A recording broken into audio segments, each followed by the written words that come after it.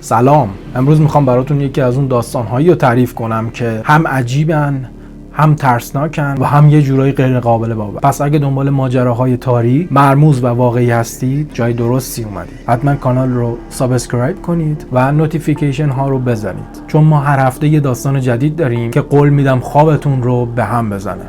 اما داستان برمیگرده به جمعه شب 18 سپتامبر 2015. یه مرد 45 ساله به اسم لاتور توی یه روستای کوچیک توی مرکز هند داشت از نمایشگاه محلی برمیگرد. اون و همسرش حسابی اون شب خوش گذرونده بودن. خوردن، نوشیدن، حتی دعوا کردن. در نهایت همسرش قهر میکنه و میره خونه والدینش. ولی لاتور نه، اون هنوز دلش میخواست خوش بگذرونه. برای همین مستقیم میره سمت مغازه مشروب فروش و اونقدر مینوشه که وقتی میخواد از مغازه بیاد بیرون به زور سر پا وای میسته.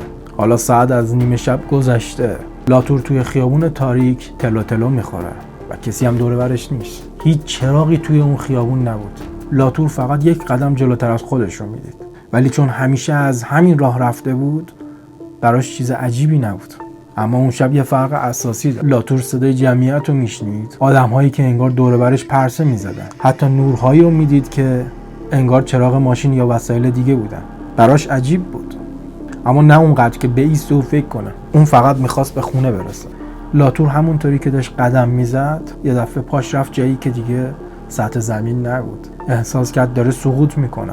همه چیز تاریک شد و لحظه بعد بیهوش شد. صبح وقتی مردم روستا داشتن از همون خیابون رد میشدن متوجه یه صحنه عجیب شدن. وسط جاده یه چیزی دیده میشد، یه چیز غیر عادی که باعث میشد جلوتر برن. وقتی نزدیکتر شدن همه خشکشون زد. یه دست بود که از دل آسفالت بیرون زده بود.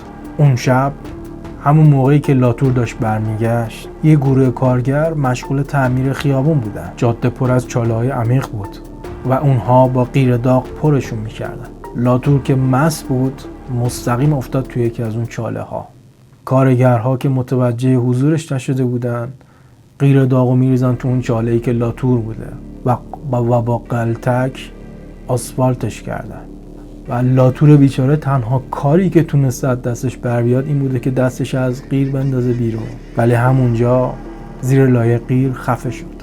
وقتی پلیس رسید دوتا از کارگرها دستگیر شدن و به قتل غیر عمد متهم شدن. و جالبیش اینه که خانواده لاتور فقط $760 غرامت گرفتن برای مرگی که هیچ وقت فراموش نمیشه.